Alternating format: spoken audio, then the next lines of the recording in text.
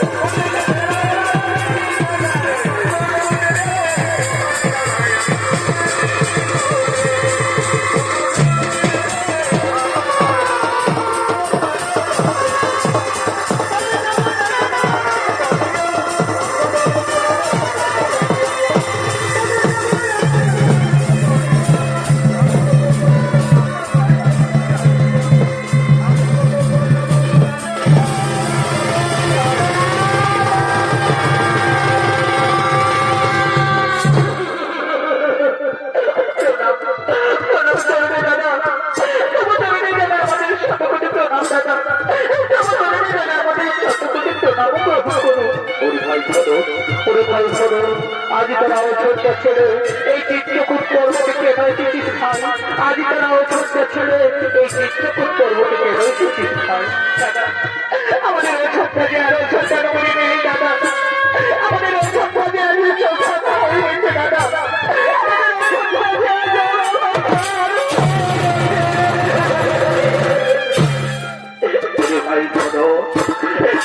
কোথায় শোনালে রে ভাই, কি হয়েছে আমাদের অযোধ্যা নগরে? আমাদের পিতা মাতা, আমাদের সমস্ত অযোধ্যাবাসী সবাই কুশলে আছেন তো দাদা? কি বলবো দাদা, দুঃখের কথা। তোমরাও চলে গেলে বনবাসে, আর ওদিকে সেই সংবাদ শুনতে পেয়ে হায়রান হায়রান করতে করতে আমাদের পিতা আমাদের ছেড়ে চলে গেছে সর্ববাসে দাদা। আমাদের পিতা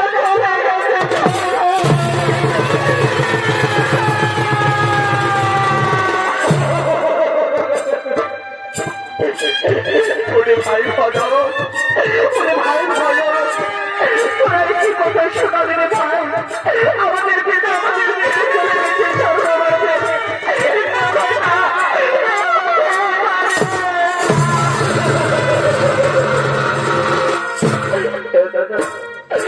দাদা, আমাদের পিতা আমাদের ছেড়ে চলে গেছিস দাদা। আর তার জন্য আজ আমরা তোমাদের অযোধ্যা নগরী ফিরিয়ে নিয়ে যেতে এসেছি দাদা। তোমরা আমাদের সাথে অযোধ্যা নগরী ফিরে চলো দাদা। তা না করে কিন্তু এই পরস্পর জীবন রাখবে না দাদা।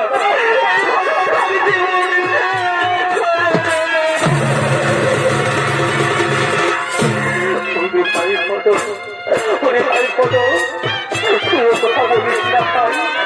আজকে আমরা কৃষ্ণ পালনের জন্য চলেছি 14 বছর বনবাসে। আর আজ যদি আমরা তোদের সাথে অযোধ্যা নগরী ফিরে যাই, তাহলে যে আমাদের পিতার নামে কলঙ্কিত করবে ভাই। আমাদের শরীর বংশের নামে কলঙ্কিত করবে। তার চাইতে তুই আমার আদেশে এক্ষণে অযোধ্যা নগরী ফিরে যা ভাই। তুই আমার আদেশে এক্ষণে অযোধ্যা নগরী ফিরে যা ভাই। দাদা, আমি তোমার কোথাও মান্য করতে পারবো না দাদা, কিন্তু আর আমি অযোধ্যা নগরী ফিরে যাবো না দাদা। যেখানে আমার প্রভু রামচন্দ্র নেই, সেই অযোধ্যা নগরী এই বড়দারি ফিরে যাবে না দাদা। তবে আমি ফিরে যাবো দাদা, আমি ফিরে যাবো নন্দিক গ্রামে। তোমার পায়ের পাদুকা দোকানে আমার হাতে তুলে দিন দাদা। তোমার পায়ের পাদুকা আমি মস্তকে ধারণ করে নিয়ে যাবো নন্দিক গ্রামে। সেই হাসনে বসিয়ে রাজা বানাবো তোমার পায়ের পাদুকাকে। এই ভরতের কদল দাদাজি, তোমার পায়ের পাদুকা দোকানে আমার হাতে তুলে দিন। এই কথা ভাই, এই ভাই আমার পায়ের পাদুকা আজ আমি তোমার হাতে তুলে দিলাম। দাদা, এই তোমার পায়ের পাদুকা যাবে মস্তকে ধারণ করলাম দাদা। মস্তকে ধারণ করে নিয়ে যাবো নন্দিক গ্রামে।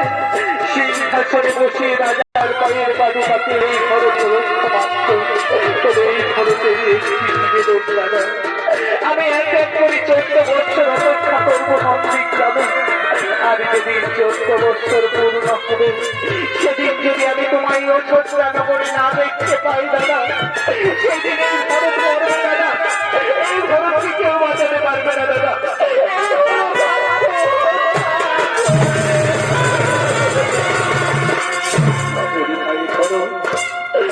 কথা বলিস না ভাই, আজ আমি তোমার কথা দিলাম।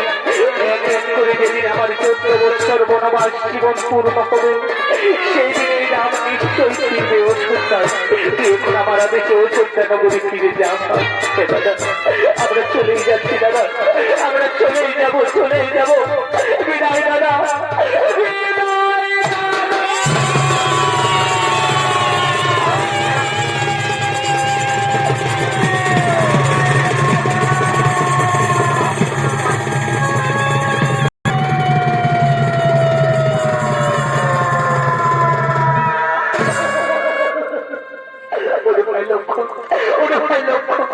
শুনলি তো ভাই ফরক কি বলে গেল? আমাদের পিতা যে আমাদের ছেড়ে চলে গেছে সর্ববাসে ভাই।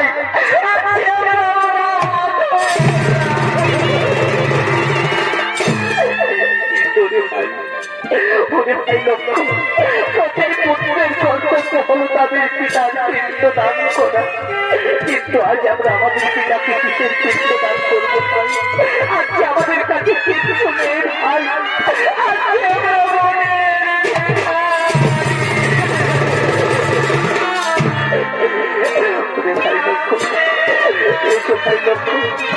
আজ আমরা এই চিত্রকূট পর্বতে যত মনে ঋষিদের দাঁড়ে দাঁড়িয়ে ছুটে যাবো ভিক্ষা করতে, আমি যা কিছু ভিক্ষা পাবো তা দিয়ে আমরা আমাদের পিতার পিণ্ড দান করবো ভাই, তা দিয়ে আমরা আমাদের পিতার পিণ্ড দান করবো।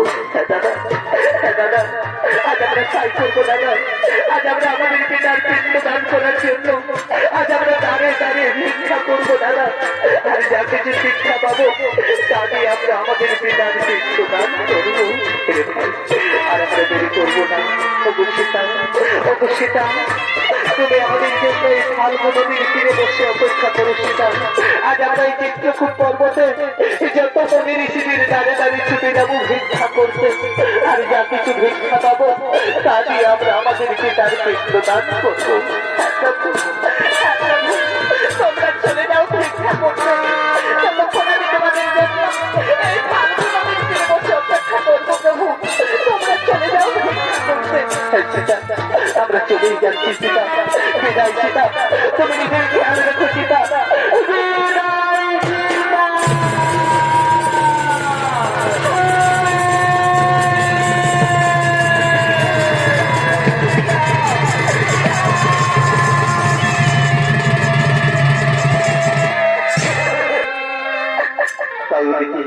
চারিদিকে রাম লক্ষ্মণ দু ভাই চলে গেলেন ভিক্ষা করতে। আজ ঠাকুরের কি লীলা খেলা, আজ স্বয়ং ভগবান রাম লক্ষ্মণ আজ দাঁড়িয়ে দাঁড়িয়ে ভিক্ষা করছে, পিতার পিণ্ড দান করবে ভগবান, তাই আজ দাঁড়িয়ে দাঁড়িয়ে ভিক্ষা করছে ভগবান। এই সুখের ঘরে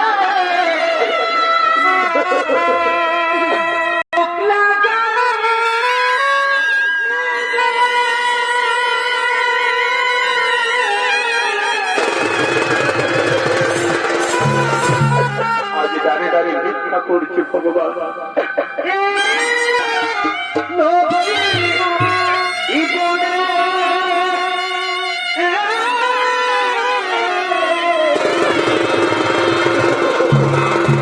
পিতার পিণ্ড দান করবে ভগবান,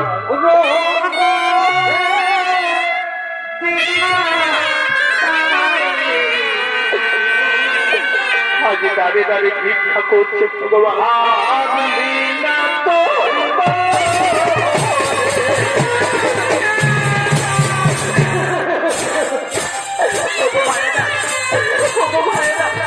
তোমরা আমাদেরকে একটু ভিক্ষা দাও না গো, আজকে আমরা পিতার পিণ্ড দান করবো মা, আজকে আমাদের কাছে কিছু নেই না, তোমরা আমাদেরকে একটু ভিক্ষা দাও না, তোমরা আমাদেরকে একটু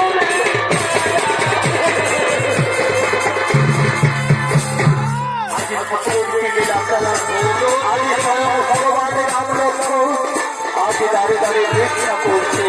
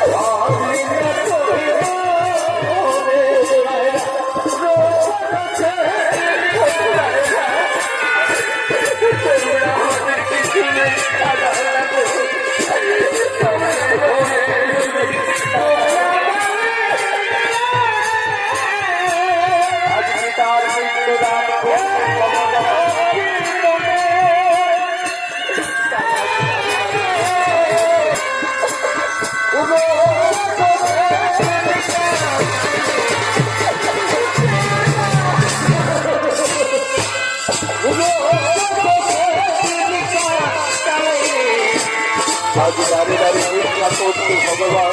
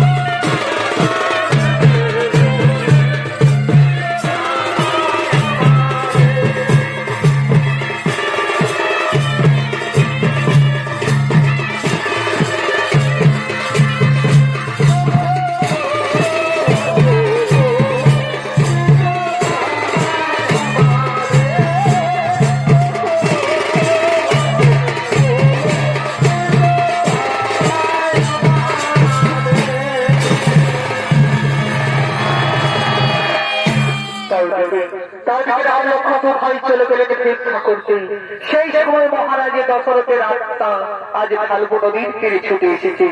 ফাল্গু নদীর তীরে এসে মহারাজের দশরথ মা সীতাকে বলছেন, হে মা সীতা, আজ আমি তোমার কাছে এসেছি মা, আজ আমি তোমার কাছে এসে পিতা, তবু তুমি নিজে না প্রণাম পিতা, তবু তুমি নিজে না আমার শতকোটি প্রণাম গ্রহণ করুন। আজকে আমার ছেলেরা আমাকে পিণ্ড দান করিনি মা, তাই যে আমি স্বর্গে যেতে পারি না মা, আমার স্বর্গের দ্বার যে বন্ধ হয়ে রয়েছে। তোমার ছেলেরা তো ভাই গেছে ভিক্ষা করতে, তারা ফিরে এলে তোমার পিণ্ড দান করবে পিতা। ততক্ষণ তুমি আমার কাছে বসে অপেক্ষা করুন পিতা, ততক্ষণ তুমি আমার কাছে বসে অপেক্ষা করুন পিতা। আমার যে বসে অপেক্ষা করার মতো সময় নেই মা, আমায় যদি ঠিক সময় পিণ্ড দান করা না হয় তাহলে যে আমি কোনোদিন স্বর্গে যেতে পারবো না মা, আমার স্বর্গের দ্বার যে চিরতরে বন্ধ হয়ে যাবে। তবে এখন আমি কি করবো পিতা? আমি যে বলা নারী পিতা, আমি যে কিচ্ছু উপায় খুঁজে পাচ্ছি না পিতা, আমি যে কিচ্ছু উপায়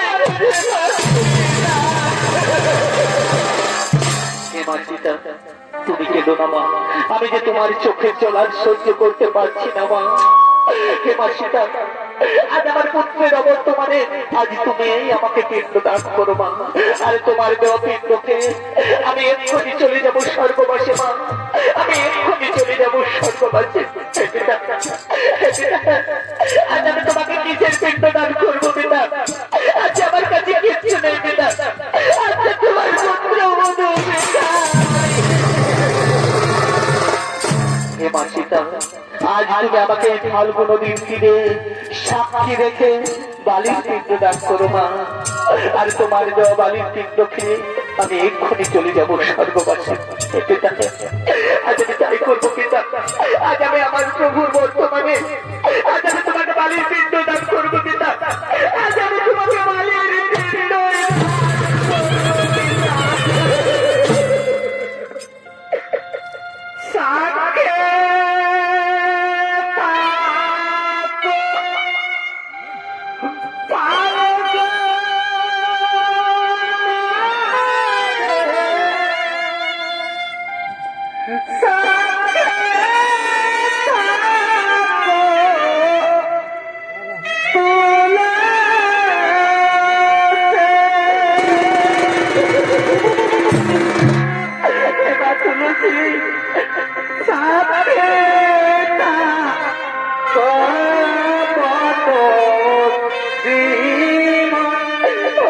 সুমন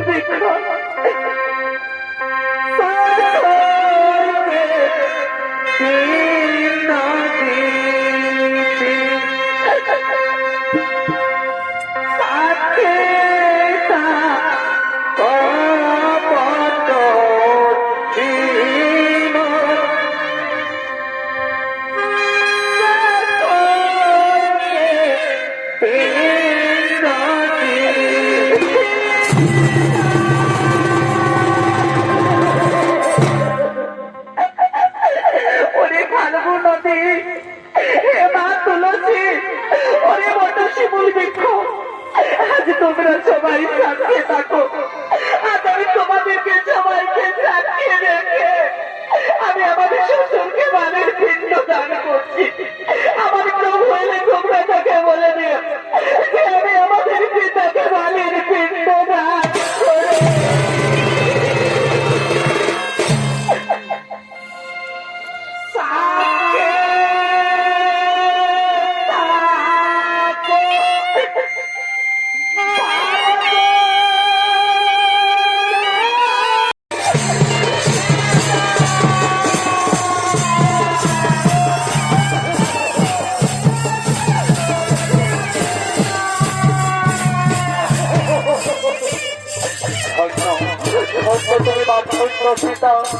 আজ তুমি আমাকে বাড়ির পিণ্ড দান করলে মা। একজন নারী হয়ে আজ তুমি আমাকে বাড়ির পিণ্ড দান করলে মা। ওই তো মা আমার স্বর্গের দ্বার যে খুলে গেছে। এবার যে আমাকে চলে যেতে হবে স্বর্গবাসে মা। এবার যে আমাকে চলে যেতে হবে স্বর্গবাসে। তুমি আমাকে ছেড়ে চলে যেও না পিতা। আমরা যে তোমাকে ছাড়া বাঁচতে পারবো না পিতা। তুমি আমাদের ছেড়ে চলে যেও না পিতা। না আমার পিতাটা আমার হাতে যে আর সময় নেই মা। আমি যদি ঠিক সময় স্বর্গে যেতে না পারি তাহলে কি আমার স্বর্গের দ্বার চিরতরে বন্ধ হয়ে যাবে। এবার তুমি আমায় বিদায় দাও মা পিতা। বিদায় মা পিতা, বিদায় মা পিতা।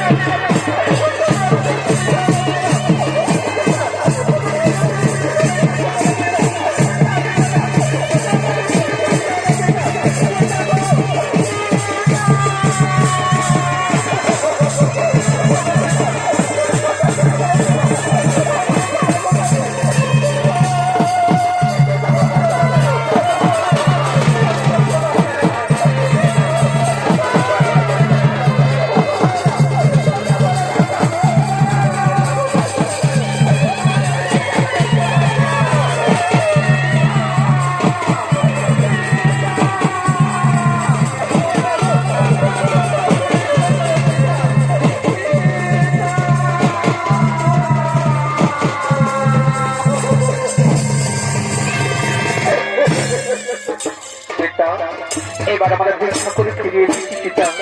এবার আমরা আমাদেরকে তার পিণ্ড দান করবো সেটা। কিন্তু পিতা এইভাবে তুলবো সেটা এই দেখো সেটা আমরা ভিক্ষা করে ফিরে এসেছি। প্রভু প্রভু তোমরা দুপুরে চলে গেলে ভিক্ষা করতে। সেই সময় যে আমাদের পিতা আমার কাছে এসেছিল। আমাদের পিতা আমার কাছে এসে আমাকে বাড়ির পিণ্ড চাইল। আর আমি তাকে বাড়ির পিণ্ড দান করলাম।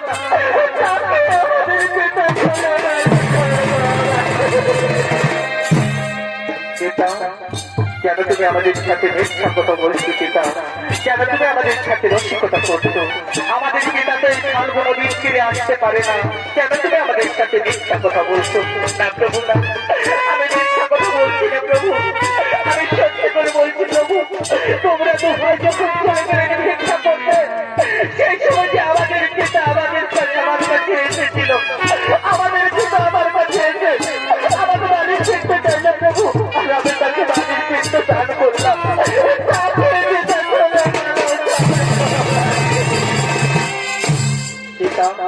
তুমি যে আমাদের পিতাকে বাড়ির পিণ্ড দান করেছো আর আমাদের পিতা যে ফাল্গুন দিয়ে ফিরে এসেছিল, আমি তোমাকে কি করে বিশ্বাস করবো পিতা?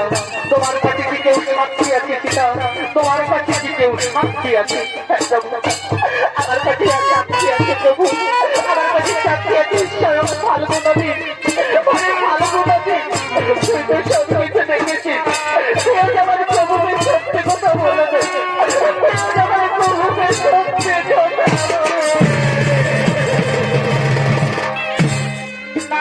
সীতা আমি কিন্তু মহারাজের দশরথকে এই ফাল্গু নদীর তীরে আসতে দেখিনি।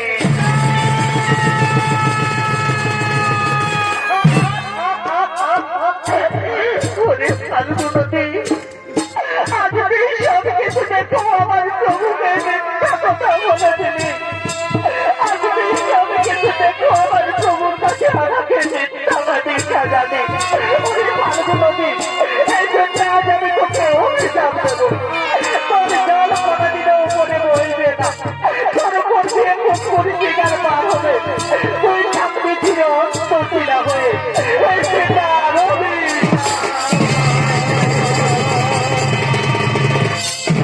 সীতা, আর কি তোমার কেউ শান্তি আছে সীতা? আর কি তোমার কেউ শান্তি আছে? আমার কাছে আরো শান্তি আছে প্রভু, আমার কাছে শান্তি আছে শিবল বৃক্ষ। ওই শিবল বৃক্ষ সবকিছু দেখেছিস বাবা। আমি তো তখন শান্তি রেখে আমি আমার শ্বশুরকে বাড়ির বৃক্ষ দান করেছি। সেই কথা তুই আমার প্রভুকে বলে দে, আমার মা রক্ষা করে দিচ্ছি বল বৃক্ষ। তুই আমাকে মিথ্যাবাদের হাত থেকে রক্ষা। আমার পিতাটা আমি কিন্তু মহারাজের দশরথকে এই ফাল্গু নদীর তীরে আসতে দেখি।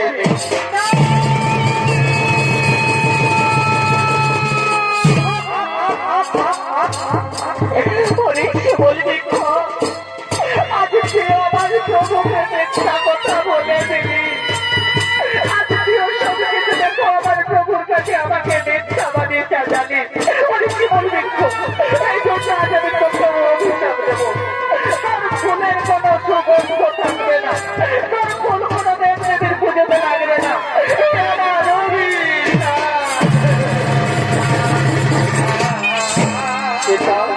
আর কি তোমার কেউ সাক্ষী আছে সীতা? আর কি তোমার কেউ সাক্ষী আছে প্রভু? আমার কাছে আরো সাক্ষী আছে প্রভু, আমার কাছে সাক্ষী আছে মা তুলসী। মা তুলসী, সবই কিছু দেখেছিস মা? আমি তো তখন সাক্ষী রেখে ছোট তুলসী পাতা নিয়ে গিয়ে আমার শ্বশুরকে বাড়ির বৃত্ত দান করেছি। সেই কথা তুই আমার প্রভুকে বলে দেবা, তুই আমার মার রক্ষা করবা, তুই আমাকে মিথ্যাবাদের হাত থেকে রক্ষা।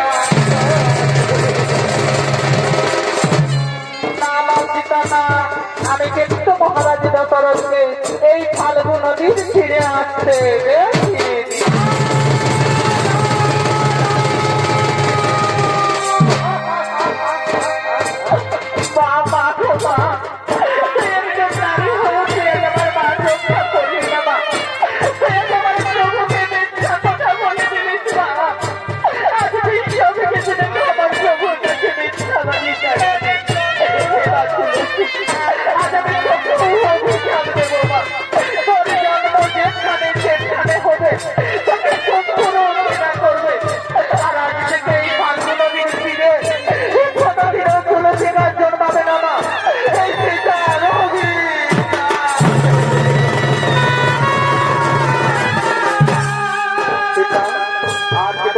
সাক্ষী আছে সীতা?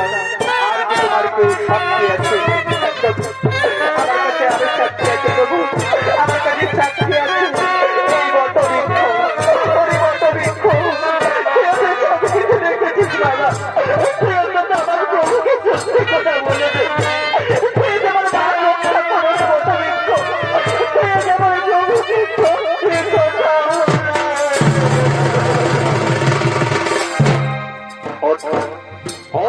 সীতা মোছো চোখের জল। হে মা সীতা, আমি বট বৃক্ষ মা, আমি জীবনের কোনোদিন মিথ্যা কথা বলি না মা, আর আজকে মিথ্যা কথা বলবো না। হে প্রভু রামচন্দ্র, হে প্রভু রামচন্দ্র, তোমরা কোথায় চলে গেলে চিকিৎসা করতে। সেই সময় মহারাজের দশরথের আত্মা এই ফাল্গু নদীর তীরে এসেছিল। মহারাজের দশরথের আত্মা এই ফাল্গু নদীর তীরে এসে মা সীতাকে বালির পিণ্ড চাইল, আর মা সীতা তাকে বালির পিণ্ড দান করলে তাকে মহারাজ দশরথ তক্ষণই চলে গেলেন স্বর্গবাসী। নিজের চোখে দেখেছি প্রভু। আমি জীবনেও কোনোদিন মিথ্যা কথা বলি না প্রভু, আর আজও মিথ্যা কথা বলবো না। মা সীতা যা কিছু বলেছে সম্পূর্ণ সত্যি কথা বলেছে। এখানে যা কিছু ঘটনা ঘটেছে সম্পূর্ণ সত্যি ঘটনা ঘটেছে। তার সাক্ষী আমি নিজে প্রভু, তার সাক্ষী আমি নিজে।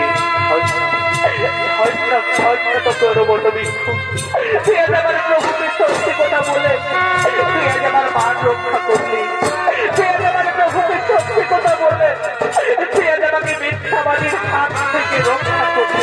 তাই ওরে বলবি আজ আমি তোমাকে আশীর্বাদ করি বাবা।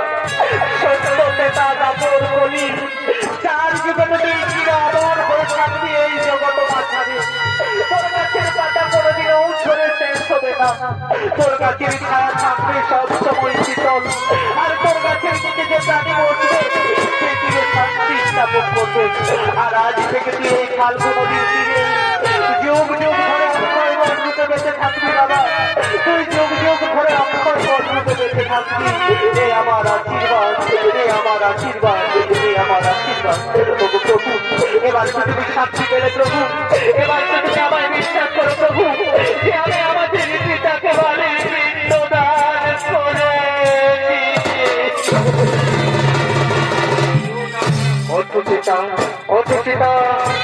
চোখের জল প্রভু সীতা।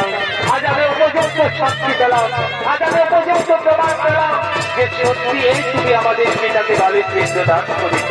তাই একজন নারী হয়ে পিণ্ডদান করে একজন নারীর মা দেখেছ। আজ আমি তোমাকে আশীর্বাদ করি সীতা, যুগ যুগ ধরে মানুষ যতদিন এই পৃথিবীতে বেঁচে থাকবে তোমার এই পিণ্ডদানের কথা মনে রাখবে। এ আমার আশীর্বাদ, এ আমার আশীর্বাদ, এ আমার আশীর্বাদ। ওরে ভাই লক্ষ্য, ওরে ভাই লক্ষ্য এসে সীতা। এবার আমরা এই চিত্রকূট পর্বত ত্যাগ করবো, এবার আমরা এই চিত্রকূট পর্বত ত্যাগ করে আমরা এক্ষুনি চলে যাবো সেই পঞ্চবতী বনে।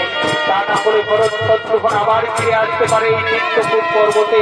তাই চিত্রকূট পর্বত ত্যাগ করে আমরা এক্ষুনি চলে যাবো সেই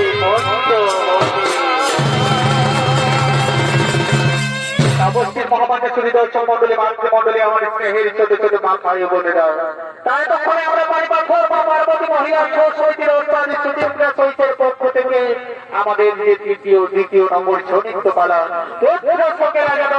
মৃত্যু হইতে সীতার বালি পিণ্ডদান পালাখানি এখানেই করলাম সমাপ্ত। নমস্কার, নমস্কার, জয় শিব শম্ভু, জহার ধন্যবাদ।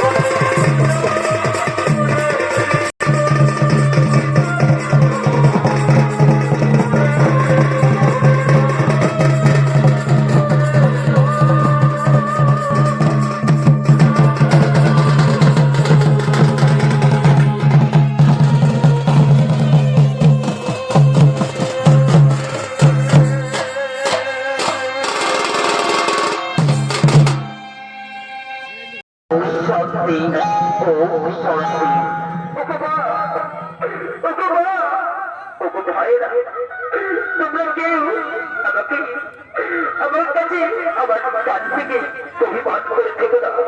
আমি শুধু পিতার আদেশ পালন করেছি। তোমরা সকলে আমাকে ক্ষমা করো,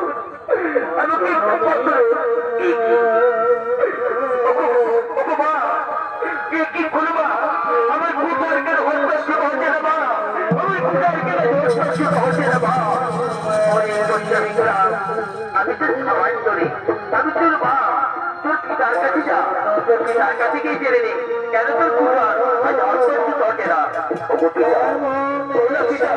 কেন না কেন আমার পুরার আজ অসহ্য চটে না ওর এই মন্ত্রী পুরা আজ থেকে কাজ করেছি তার জন্য তো খারাপ করে পাপ লেগে গেছে বাবা তাই যা বাবা মন্ত্রী পুরা তুই পৃথিবীর সমস্ত বিশ্বতার দর্শন করে যখন তুই ব্রহ্মদের স্নান করবি তখন তোর শরীর থেকে পাপ বর্জন হবে ঠিক আছে ঠিক আছে বর্ষা পৃথিবীর সমস্ত দর্শন স্থান ঘুরে আসার জন্য হরি বলো বলো হরি বলো বলো হরি বলো বলো